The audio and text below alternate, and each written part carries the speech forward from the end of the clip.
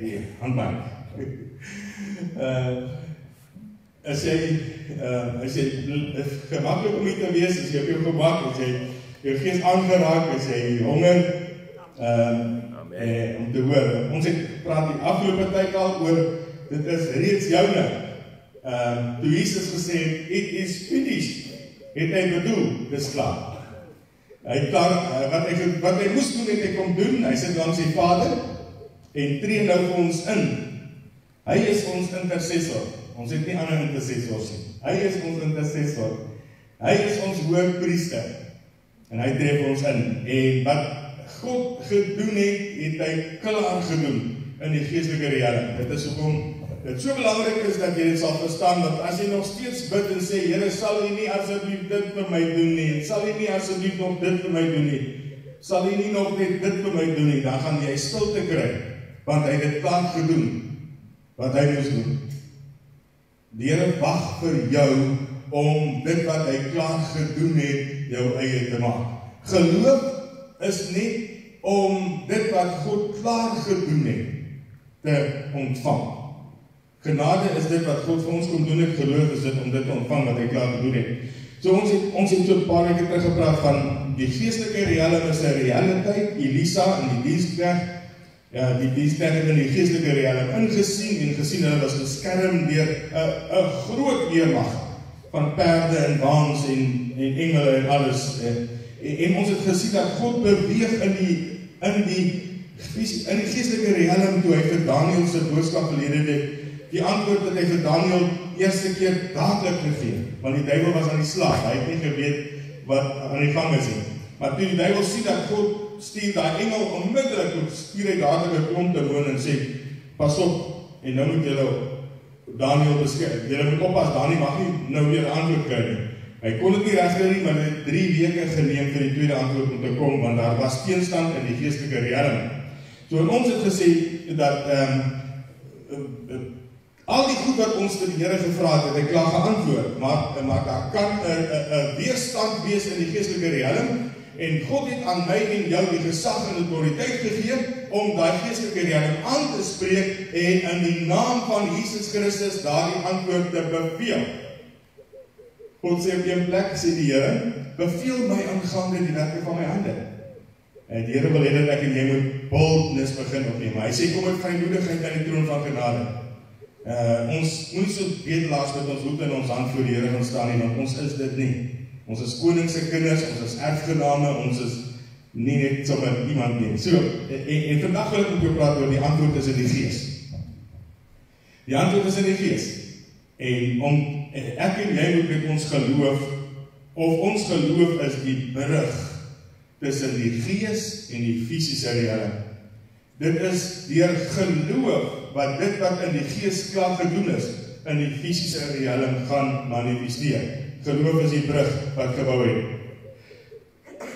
Belangrik dat ek en jy sal verstaan, dat God het alreeds vir elke weergebore Christen krag gegee, die salwing gegee, die vermoë gegee om voorspoedig te wees.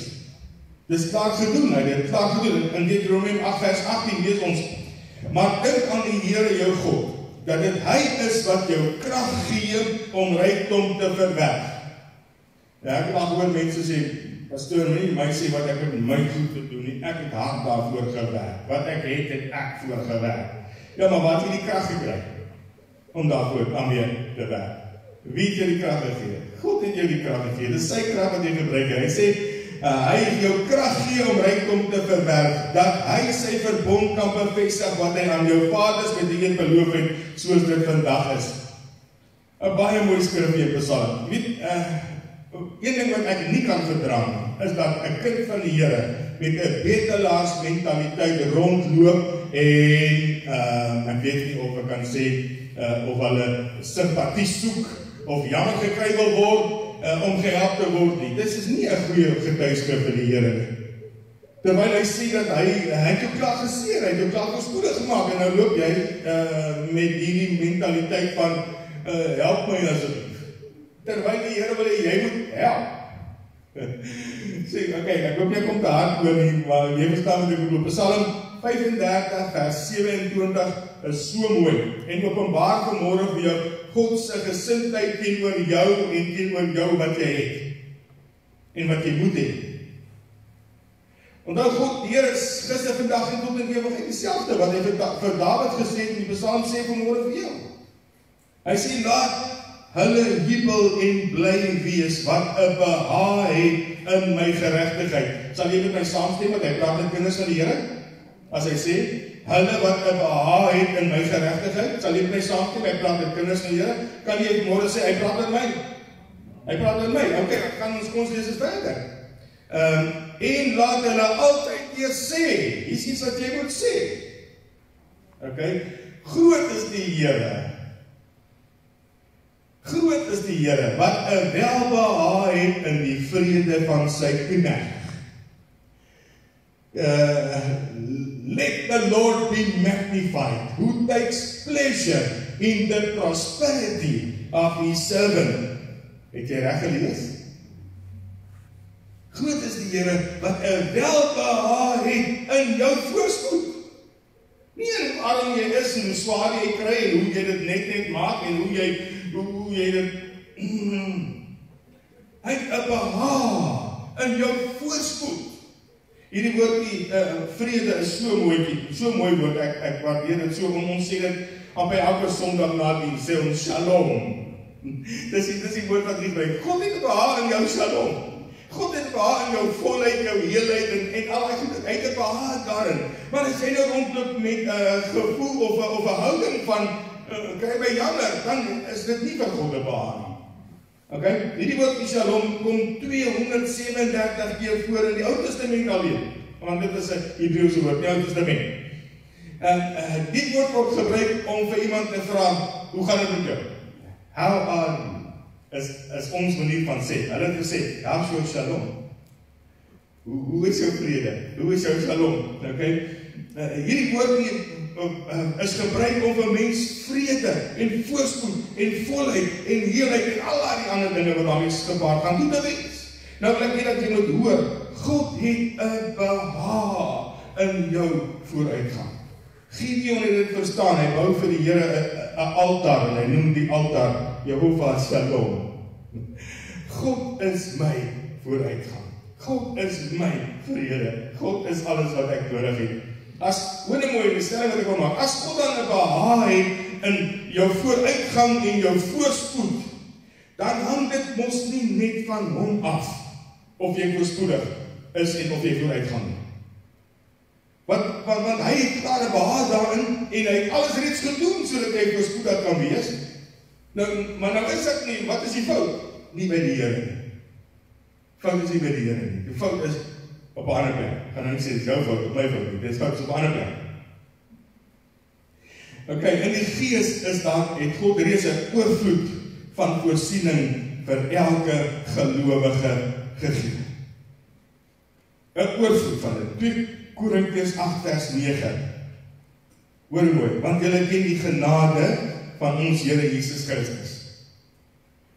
Julle ken die genade van ons Here Jesus Christus, dat hy, alhoewel hy ryk was, terwille van julle arm geword het, sodat julle deur sy armoede ryk kan word. Ja, maar pastoor, hy praat hier van geestelike rykdom. Hy praat van voorspoedig wees. Hy praat van kanale wat hy kan gebruik om te seën. Hy praat van 'n bron waardeur hy kan werk. Okay, jy gaan later beter verstaan. Jy kan leer dat dit wat God alreeds in die gees, jy kan keer dat dit wat God alreeds in die gees gedoen het, deur jou vloei. Nommer 1 om te sê, nee, wat ek glo nie dit nie, jy moet werk vir het. Ek sê saam jy moet werk. Maar die Bybel sê, dit is die genade van God wat ryk maak. Moeitevolle arbeid voeg daar niks by nie. Jy kan jou mos doodwerk, en jy kan arm doodgaan. As God jou nie seën nie, dis die seën van die Here wat jou ryk maak, wat jou versterk. En as ek vanmôre praat oor ryk word en oor oorvloed, en ek is nie 'n prosperity preacher nie, maar ek glo dat God het met seën sy kinders sodat hulle 'n seën kan wees. Jy kan nie 'n seën wees as jy self keus het nie. God wil jou 'n seën maak, en daar's 'n manier om daarby te kom, want dit hy het 'n behaag in die vooruitgang en die voorspoed van sy kinders. Hoor jy wat ek sê? Ek weet van mense wat nie 'n minderwaardige werkie wil aanvat nie, omdat dit te min geld is. Pastoor nie, ek werk nie daar gaan nie. Nee, so ek sit liewers by die huis. Die Here kan jou nie seën as jy op die stoep sit en jou duime rol nie, maar hy kan jou seën as jy rakkepap by Spar. Want in Spar, terwyl jy rakkepap, kom daar iemand verby en hy sien jou raak en hy sê, man, weet jy, ek het 'n werkie vir jou, stel jy belang. Maar as jy die rakkepap nie, dan kan jy jou nie sien nie. Verstaan jy wat ek sê? Die Bybel sê, hy sal jou seën, alles wat jy jou hand aanslaan, sal die Here jou God jou seën. So as jy sê, nee, ek het reg geld, jy moet jy, dat sal, wat nie was dit is lekker. God het beloof om jou hande werk te sien, en as jy niks doen, die kan hy nie sien nie. Wanneer jy bid vir finansies, moet jy ook begin om te gee. Want die maat waarmee jy meet, sal vir jou gemeet word. Sien, een van God se beginsels, en een van God se wette wat werk in al die gelowe. Al die gelowe is 'n geestelike wet van God, dat werk vir die moslims, werk vir die Jode, werk vir almal. Gee, en vir jou sal gegee word. Jy kan maar gaan kyk. Hulle verstaan dit. Okay, God stuur sy finansiële voorsiening na jou toe deur mense. Ek het nog nie 'n engel gekry wat 'n pakkie aflewer, 'n kospakkie aflewer nie. Ek het nog nie vir Gabriel of Michael of een van daai engele of enige engel gekry wat net by jou deur kom klop en vir jou sê, die Here het my gestuur, ek het toe gaan maak ek sal hierdie geld gee, dan bring ek vir jou.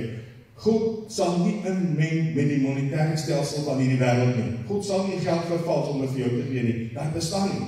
Ek het gehoor van 'n man op die televisie wat gesê het, as jy vir my so sê maar die 777 bedrag inbetaal, dan stuur ek jou 'n groen lyntjie. Daai groen lyntjie sit jy in jou Bybel en dit is jou lyn na die hemel toe. En as jy dit vir my doen, dan sal die Here jou seën, jy sal nooit weer gebrek aan geld hê nie. Toe. Dit bestaan nie. Dit is nie waar nie. Dit werk nie so nie. Die Godse beginsel is gee en vir jou sal gegee word. Ons lees dit in die Bybel in Lukas 6 vers 38. Staan gee en dan vir jou sal gegee word. Hoor nou, 'n goeie maat wat ingedruk, geskik en oorlopend is, sal hulle in julle skoot gee. Want met dieselfde maat waarmee julle meet, sal weer vir julle gemeet word. Paar belangrike dinge in hierdie vers. Die Bybel sê, hulle sal vir julle gee. Okay? 'n ingestopte maat. Want die maat waarmee jy meet. Party mense meet met 'n teelepel en verwag hy 'n graaf terug. God gebruik jou maat. Dit wat jy mee meet, sal daar vir jou gemeet word. Ek gaan nou iets doen wat die mense in die kerk sien gebeur nie. Moet my nie, as jy met my wil daaroor praat met my, jy is welkom om daaroor te praat, maar dit is nou iets snaaks. Hoeveel van u wat hier die kerk sit vanmôre, weet van iemand wat nou swaar kry? Kan ek net jou hand sien? Weet jy van iemand wat nou swaar kry? Okay. Die meeste van ons weet van iemand wat nou swaar kry. Okay. Wat sal jou reaksie wees as ek nou vir jou sê? Wanneer jy nou vir nie uit die kerk uit gaan, dan vat jy geld, vat dit R200 loon, en dan gaan koop jy vir daai persoon kos, en jy gaan laai dit by sy huis af. Wat gaan jou reaksie wees? Party mense gaan sê, moenie vir my sê wat moet ek my geld doen.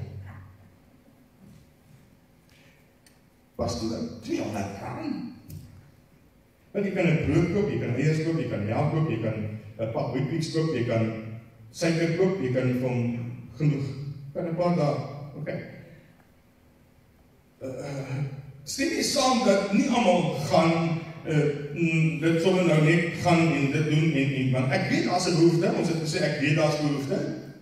Ek weet daar's 'n behoefte. Nie almal wat nou sit van vanmôre sê okay, nee, ek gaan nou vir daai persoon kos gee. Ek gaan dit doen en geld en dan gee nie. Maar wat gaan jou reaksie wees as ek nou vir jou sê, okay, ek gaan jou nou geld gee. En dan gaan koop jy vir daai persoon kos. Gaan dit verskil maak? Hoekom gaan dit verskil maak? Want nou gebruik ek nie my geld nie. Ek gebruik jou geld. Is dit so? Wees eerlik met my. Is dit so? Dit is makliker om met iemand anders se geld te koop as wat met my geld is. Dis nie so. Weet jy wat is die probleem? Jy het jou geld joune gemaak. Jy het jou geld joune gemaak. Is dit regtig joune? Ek het julle gewaarsku, ek gaan straks ook sê. Is dit regtig joune? Wat jy het jy ontvang. Ek flip ek nie so daai wat ek wil sê. Ek wil nou 'n beroep doen op elkeen van julle vanmôre om dit te doen. Hierdie oranje papiertjie vat jy nou vanmôre en jy gaan wees 'n blessing vir iemand. Jy kan sê, jy weet, ek weet van 'n persoon. Okay, die oomblik wanneer jy hierdie papiertjie in jou hand vat, dan word dit joune. Sien jy saam? Dis joune. En nou is dit jou keuse wat jy daarmee gaan maak. Want dit word jou eiendom, nou sê jy goed, ek gaan nou besluit wat ek daarmee gaan maak. En wat jy ook al daarmee maak, gaan geen verskil maak in jou saligheid nie. Maar jy kan vanmôre 'n blessing wees. Jy kan vanmôre 'n antwoord op iemand se gebed wees. Jy kan vanmôre 'n antwoord op daai persoon se gebed wees. So jy kan maar vir die seën gegee. Jy kan vir die seën opgee.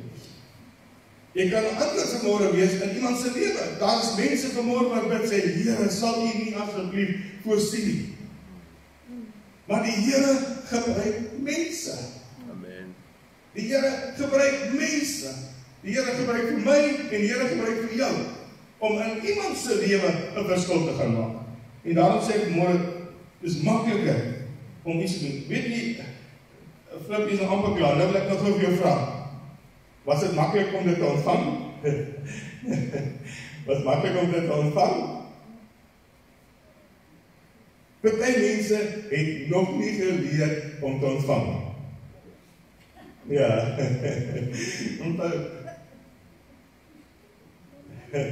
Ja, gaan maar probeer.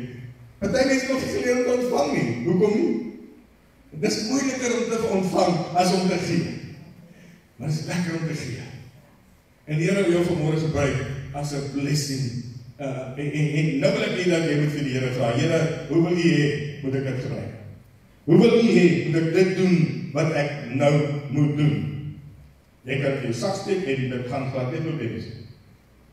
Jy kan dan maak nie wat jy wil doen, dit is joune. Maar die Here wil hê dat jy 'n blessing moet wees. Nou moet jy in geloof saamwerk en saad in die grond sit. En sê, Here, op grond van U woord, doen ek nou wat U wil hê ek moet doen. Nou wil ek hê hoor, die vyand gaan baie gedagtes in jou kop insit.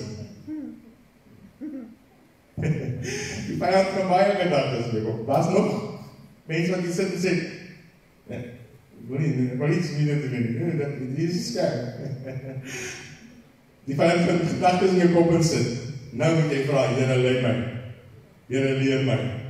Help my om dit te doen wat U behaag. Die dief kom net om te steel en te slag en te verwoes. En daarom is dit so sleg dat kinders van die Here in baie gevalle meer in die koninkryk van die vyand belê as in die koninkryk van God. Daar's mense reg oor die wêreld wat meer vir sy DStv betaal as wat hy sy kinders is. Nee, wat ek het te sê jou nie. Maar jou belegging in die bose bonatuurlike, want dit is wat die Bybel gebruik om die mense se gedagtes gevange te neem, die media, die televisie, al die goeders gebruik die vyand nou reg oor die wêreld om mense se gedagtes te draai. Jy kan dan belê, dis nie 'n probleem nie. Ek veroordeel jou nie as jy dit doen nie. Maar onthou net, dit is geld wat jy belê en jy gaan 'n oes daarvan uithaal. So, dit is my en vir jou baie belangrik om te sê waar ons dit gaan belê. As jy dit verstaan, sal dit 'n groot verskil maak in die manier hoe jy van God ontvang. Jy moet glo dat jy ontvang die oomblik as jy vra en nie wanneer jy dit sien nie. Daar's mos 'n gesegde wat sê sien is glo. Maar dit is eintlik verkeerd. Glo is sien. Want die Bybel sê in Markus 11 vers 24, daarom sê ek vir julle, en Jesus is aan die woord, Alles wat julle in gebed vra, glo dat julle dit sal ontvang en julle sal dit verkry. Die Amplified sê, for this reason I am telling you, whatever you ask in prayer, believe, trust and be confident that it is granted to you and you will get it. Sien jy, glo sien, nie sien is glo nie. Baie mense bid en as dit nie in fisiese manifesteer nie, dan raak hy ongelowig en dan twyfel hy in God se woord. Die oomblik wanneer jy vra, dan antwoord die Here klaar. As dit lank vat om te manifesteer, moet jy weet daar's 'n demoniese inmenging en dan moet jy jou geloof, jou gesag en autoriteit opneem en sê, Vader, in die naam van Jesus Christus, elke gees wat my gebed teenstaan, weerstaan ek in Jesus se naam en ek beveel nou hierdie antwoord om te gebeur. Ons kan nie net gaan terugsit en toelaat dat die duiwel oor ons hardloop nie. Wanneer iemand manifesteer nie, moet jy nie twyfel dat God se woord die waarheid is. Jy hou nie aan en bid en vra die Here om jou bewys dat die Here vir jou openbaring sal gee of daar enige inmenging van die vyand is. God het alreeds alles voorsien wat jy nodig het. Wil jy met hoor? God het alles voorsien. Daar's niks wat kort nie. Dis klaar in die geestelike realm. Dit moet net ek en jy moet net glo dat dit is 'n afgehandelde werk. Voordat ek hierdie beginsel verstaan het, of vandat ek hierdie beginsel verstaan het, my gebedlewe radikaal verander. Ek bid nie vir kos nie. Ek bid nie vir klere nie. Want hy het gesê, ek weet dat jy al hierdie dinge nodig het. Soek net die koninkryk van God en sy geregtigheid en al hierdie dinge sal vir jou bygevoeg word. Okay? Dit is sy woord, dit is nie my woord nie, sy woord. As gevolg van wat Christus gedoen het, is alles wat ons nodig het reeds voorsien in die geestelike realm. Vir die oomblik wat ons bid om die krag van God in beweging om 'n wonderwerk te manifesteer. Maar daar's dinge wat dit verhinder en daarom gebeur dit nie altyd dadelik nie. Maar nou sê die Bybel in Matteus 11:23 en dit is so belangrik en ek sluit hier nie af. Dis baie belangrik dat dit sal verstaan. God se woord sê dat ek en jy moet met die berg praat.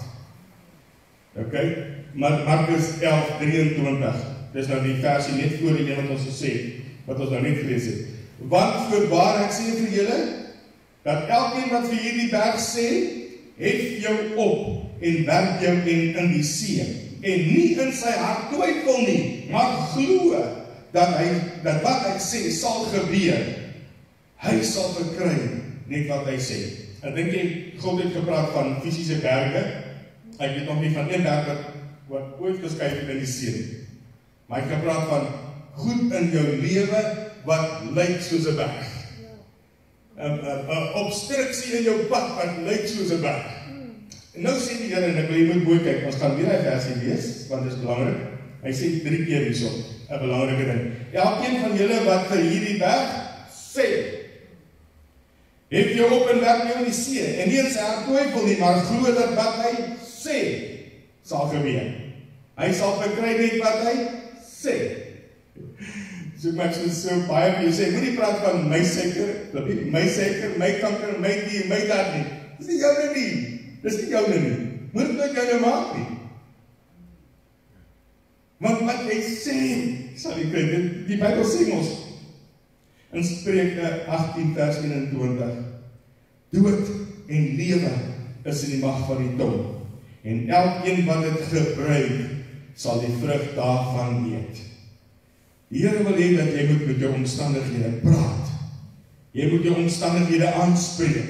Jy moet jou krankheid aanspreek. En die oomblik wanneer jy dit aanspreek, glo, verstaan dat die Here het klaar gehoor, klaar geantwoord en nou beskerm jy daai antwoord deur die bose bonatuurlike aan te spreek en te sê, haal jou vyf kloue van my kinders af, van my finansies af, van my gesondheid af. Ek is geseën, ek is vrygespreek, ek is 'n kind van die Here. Loof sy naam. Vader, baie dankie vanmôre vir die kosbare woord wat ons leer en lei in die waarheid.